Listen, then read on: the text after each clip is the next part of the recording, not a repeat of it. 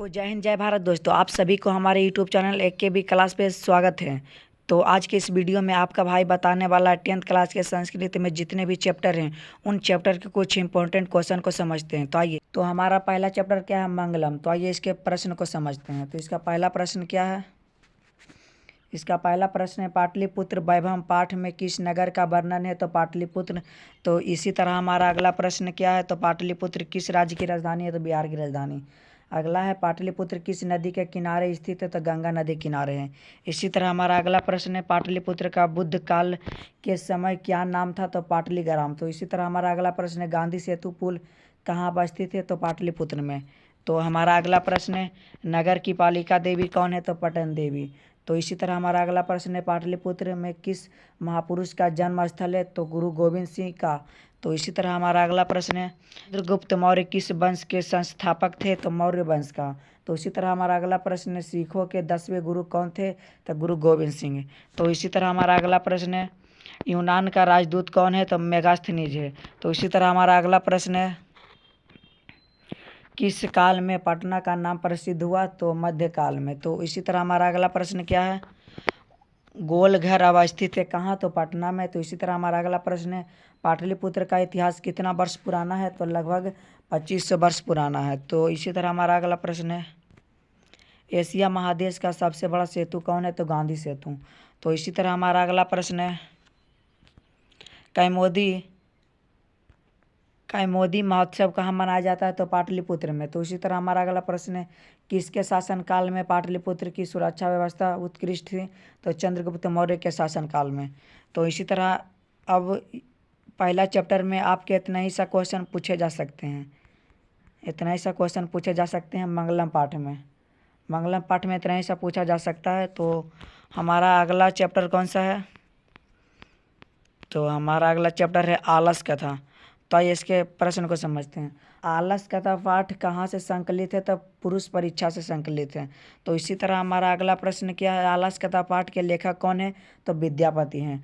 तो हमारा अगला प्रश्न है, वीरेश्वर कौन था? तो मिथिला का मंत्री था। तो इसी तरह हमारा अगला प्रश्न है, मैथिल कवि कौन थे? तो विद्यापति थे। तो इसी तरह हमारा अगला प्रश्न क्या है, मैथिल कोकिला के नाम से किसे जाना जाता है? तो विद्यापति को जाना जाता है। तो इसी तरह हमारा अगला प्रश्न है, गरीबों को कौन अन्न और वस्त्र देते थे? तो वीरेश्वर, जो मिथिला के मंत्री थे। तो इसी तरह हमारा अगला प्रश्न है, आलसी पुरुष कितने थे? तो आलसी पुरुष की संख्या 4 थे। तो हमारा अगला प्रश्न है, आलस कथा पाठ में किसके महत्व का वर्णन किया गया है? तो मानव गुण के महत्व को वर्णन किया गया है। तो इसी तरह हमारा अगला प्रश्न है, आलस कथा पाठ में किस दोष का वर्णन किया गया है?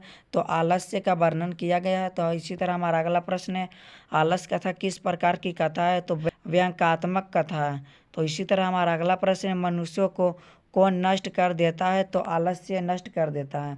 तो इसी तरह हमारा अगला प्रश्न है, वीरेश्वर नाम का मंत्री कहाँ रहता था? तो मिथिला में रहता था। तो इसी तरह हमारा अगला प्रश्न है, करुनायकों के बिना किसकी गति नहीं है? तो आलसियों की गति नहीं है। तो उसी तरह हमारा अगला प्रश्न क्या है, आलसशाला में आग क्यों लगाई गई थी? तो आलसशाला में आग इसलिए लगाई गई थी क्योंकि आलसियों की परीक्षा लेने के लिए आलसशाला में आग लगाया गया था। तो उसी तरह हमारा अगला प्रश्न है, आलसशाला में लगी आग को देखकर कौन भाग गया? तो धूर्त लोग भागे। जितने भी बनावटी धूर्त लोग थे वही लोग भागे हैं। तो उसी तरह हमारा अगला प्रश्न है, कौन भूखे रहने पर भी कुछ नहीं करता? तो आलस लोग जो है भूखे रहने पर कुछ नहीं करता। तो आपके दूसरा पार्ट में बस इतना ही सा ही ऑब्जेक्टिव क्वेश्चन पूछे जा सकते हैं। आपका आलस कथा पाठ में बस इतना ही सा ही ऑब्जेक्टिव क्वेश्चन पूछे जा सकते हैं। तो हमारा अगला चैप्टर कौन सा है? तो हमारा अगला पाठ है, तो हमारा तीसरा पाठ क्या है, संस्कृत साहित्य लेखिका। तो इसका आइए प्रश्न को समझते हैं। संस्कृत साहित्य लेखिका पाठ में किसके महत्व का वर्णन किया गया है? तो महिलाओं का वर्णन किया गया है, औरतों का वर्णन किया गया है। तो इसी तरह हमारा अगला प्रश्न है, पुरुषों और नारियों के सहयोग से किसकी गाड़ी चलती है? तो समाज की। तो इसी तरह हमारा अगला प्रश्न है, आधुनिक संस्कृत साहित्य लेखिका में कौन प्रसिद्ध है? तो पंडित क्षमाराव। तो इसी तरह हमारा अगला प्रश्न है, क्षमाराव ऋग्वेद में कितनी महिलाओं का वर्णन किया गया है? तो 24 महिलाओं का वर्णन किया गया है। तो इसी तरह हमारा अगला प्रश्न है, अर्थवेद में कितने महिलाओं का वर्णन किया गया है? तो 5 महिलाओं का वर्णन किया गया। तो इसी तरह हमारा अगला प्रश्न है, क्षमाराव किस काल के लेखिका है? तो आधुनिक काल का लेखक है। तो इसी तरह हमारा अगला प्रश्न क्या है, मीरा लहरी की लेखिका कौन है, तो पंडित क्षमा राव है। तो इसी तरह हमारा अगला प्रश्न है, किस युग में मंत्रों की दर्शकों न केवल ऋषि बल्कि ऋषिकार, तो इसका आंसर हो जाएगा वैदिक युग से। तो हमारा अगला प्रश्न है, लौकिक संस्कृत साहित्य में 40 कवियों में प्रथम कल्पा कौन थी, तो व्याजंगा थी, व्याजंगा। तो इसी तरह हमारा अगला प्रश्न है, याज्ञवल्क्य ने अपना पत्नी को किस चीज़ की शिक्षा दी थी, याज्ञवल्क्य ने अपना पत्नी को किस चीज़ की शिक्षा दी थी, तो इसका आंसर हो जाएगा आत्म तत्व की शिक्षा दी। तो आपके एग्जाम में इस चैप्टर से बस इतना ही से ऑब्जेक्टिव क्वेश्चन पूछे जा सकते हैं।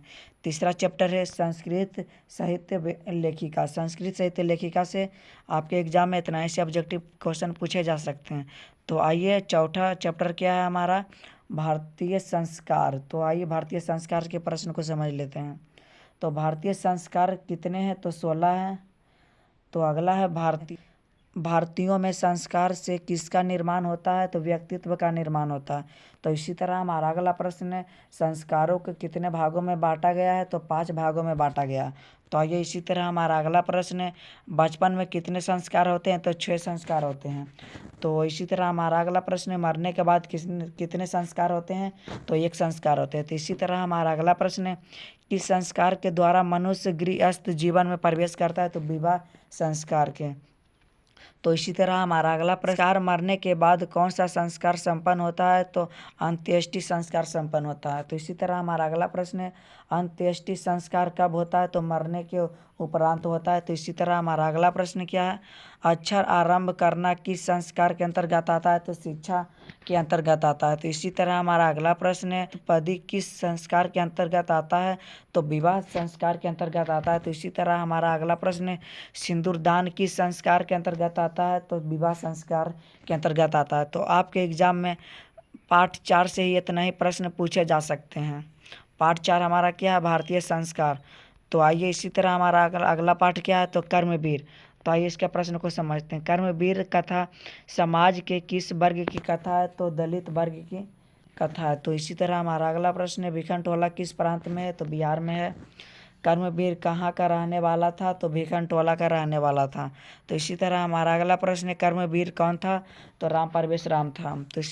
तो इसी तरह हमारा अगला प्रश्न क्या है, दलित पुरुष का नाम क्या था, तो राम परवेश राम था। तो इसी तरह हमारा अगला प्रश्न, गांव को देखने के लिए कौन आए थे, तो शिक्षक आए थे। तो इसी तरह हमारा अगला प्रश्न क्या है, स्नातक परीक्षा में राम परवेश राम ने विद्यालय में कौन सा स्थान प्राप्त किया, तो प्रथम स्थान प्राप्त किया। तो इसी तरह हमारा अगला प्रश्न है, किसकी ख्याति सभी जगह गूंजने लगी, तो राम परवेश राम की। तो इसी तरह हमारा अगला प्रश्न, कर्मवीर ने कौन सा पद प्राप्त किया, तो महत्तम पद प्राप्त किया। तो इसी तरह हमारा अगला प्रश्न क्या है, राम परवेश राम ने किस परीक्षा में उच्च स्थान प्राप्त किया, तो लोक सेवा केंद्रीय परीक्षा में प्रथम स्थान प्राप्त किया। तो इसी तरह हमारा अगला प्रश्न क्या, कर्मवीर राम परवेश राम ने कहाँ उन्नत स्थान पाया, तो केंद्रीय लोक सेवा परीक्षा में उन्नत स्थान पाया। तो इसी तरह हमारा अगला प्रश्न है, बालक किसके शिक्षण शैली में उत्कृष्ट हुआ, तो शिक्षक के। तो इसी तरह हमारा अगला प्रश्न है, शिक्षक ने किसे पढ़ाना प्रारंभ किया, तो राम परवेश राम को पढ़ाना प्रारंभ किया। तो आपके इस चैप्टर में बस इतना ही से ऑब्जेक्टिव क्वेश्चन पूछे जा सकते हैं। हमारा 5वां पार्ट क्या है, कर्मवीर कथा से अब आपके एग्जाम में बस इतना ही से ऑब्जेक्टिव क्वेश्चन पूछे जा सकते हैं। और इसी तरह हमारा अगला पार्ट क्या है, वो अब हमारा 6ठा पार्ट क्या है, तो स्वामी दयानंद। तो आइए इसके प्रश्न को समझ लेते हैं।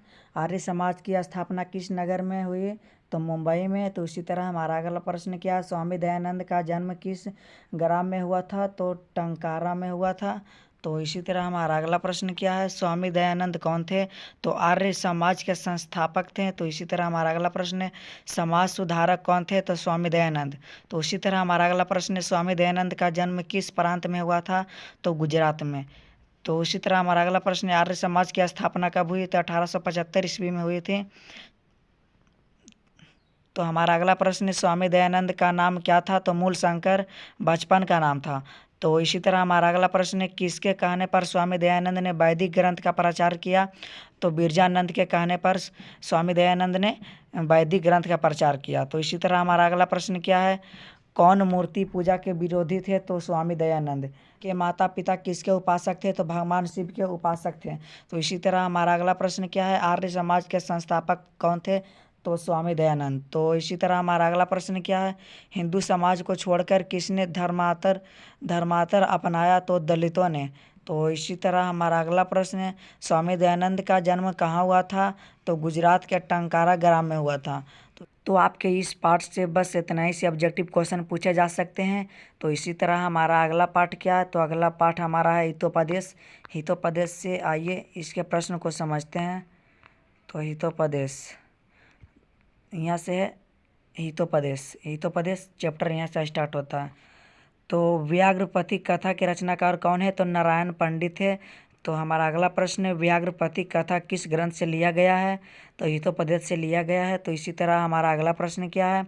हितोपदेश का अर्थ क्या है? तो हित का उपदेश। तो इसी तरह हमारा अगला प्रश्न है, व्याघ्रपति कथा हितोपदेश के किस खंड से लिया गया है? तो मित्र लाभ खंड से लिया गया है। तो इसी तरह हमारा अगला प्रश्न है, स्नान कर हाथ में कुश लेकर तालाब के किनारे कौन बैठा था? तो व्याघ्र यानी कि बाघ बैठा था।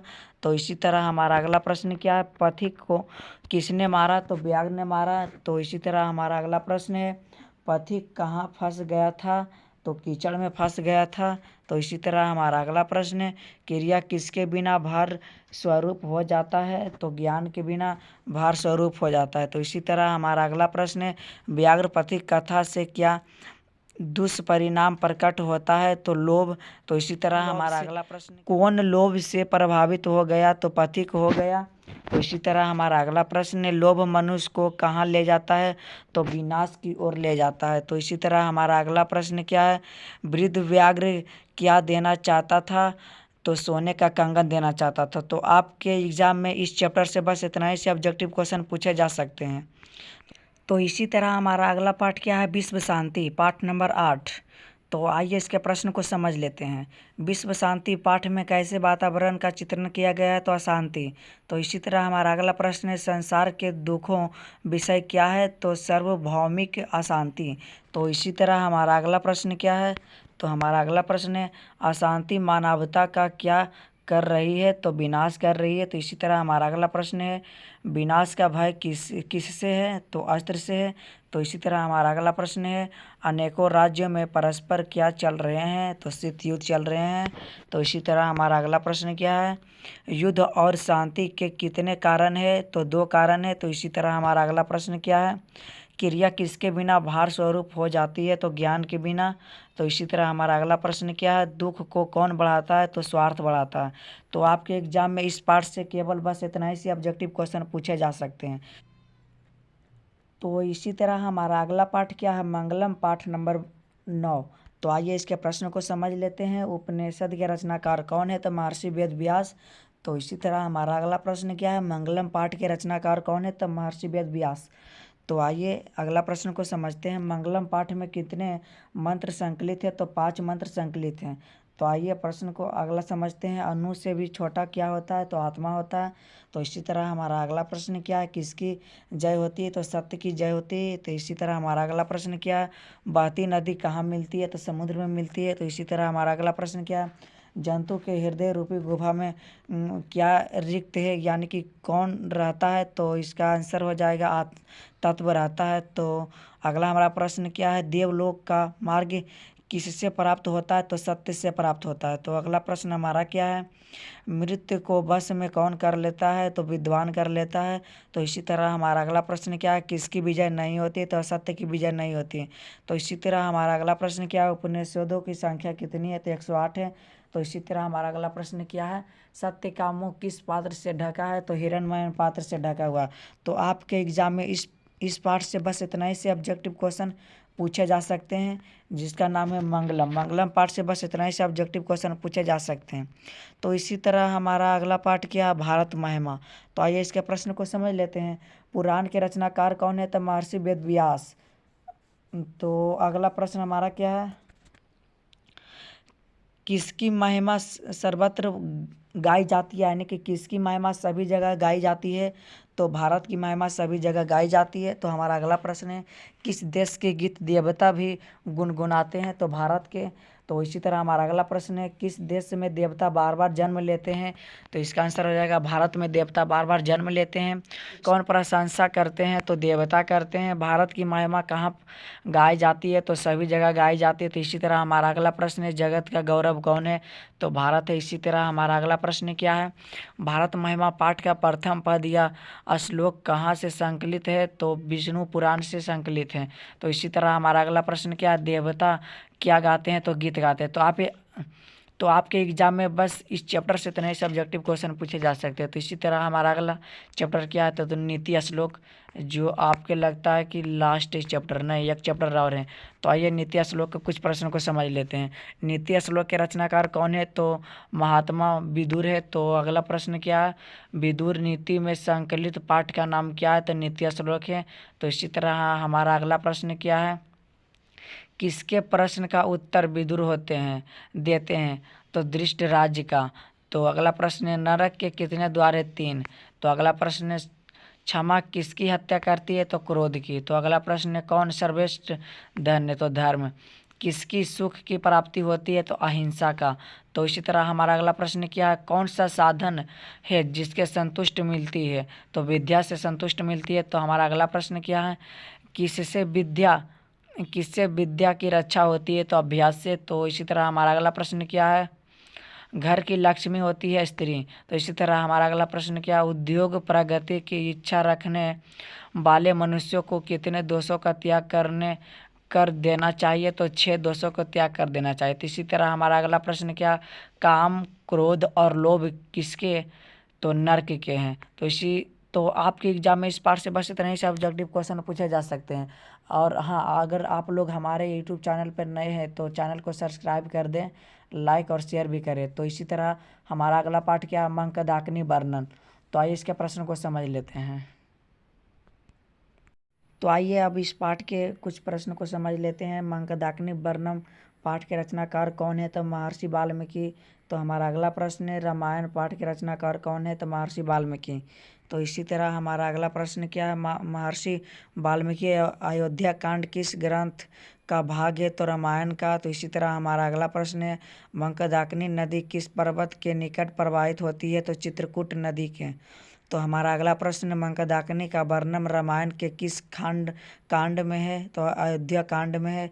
तो हमारा अगला प्रश्न है, मंकदाकिनी वर्णन पाठ में किस नदी का वर्णन है? तो मंकदाकिनी नदी का वर्णन है। तो हमारा अगला प्रश्न क्या है, मंकदाकिनी नदी में कौन स्नान करते हैं? तो ऋषि लोग स्नान करते हैं। तो हमारा अगला प्रश्न क्या है, मंकदाकिनी नदी में कौन स्नान करते हैं? तो ऋषि।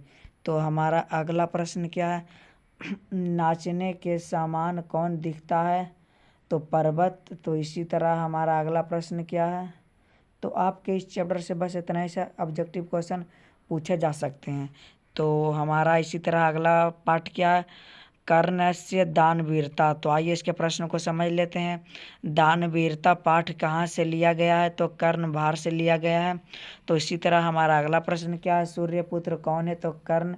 तो इसी तरह हमारा अगला प्रश्न क्या है, कर्ण किसके पक्ष से युद्ध लड़ रहा था? तो कौरव के पद से। तो इसी तरह हमारा अगला प्रश्न क्या है, ब्राह्मण रूप में कौन प्रवेश करता है? तो भगवान इंद्र। तो इसी तरह हमारा अगला प्रश्न क्या है, दानवीर कौन था? तो कर्ण था।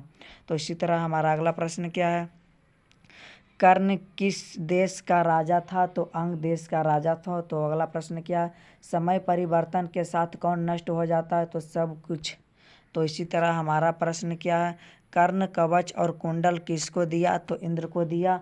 तो इसी तरह हमारा अगला प्रश्न क्या है, कवच और कुंडल किसके पास था? तो कर्ण के पास था। तो इसी तरह हमारा अगला प्रश्न क्या है, कवच और कुंडल की क्या विशेषता थी?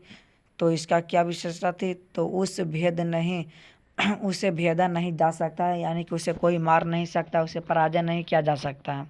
यही कवच और कुंडल की विशेषता थी। तो इसी तरह हमारा अगला प्रश्न क्या है, दानवीरता पाठ के लेखक कौन है? तो भास है।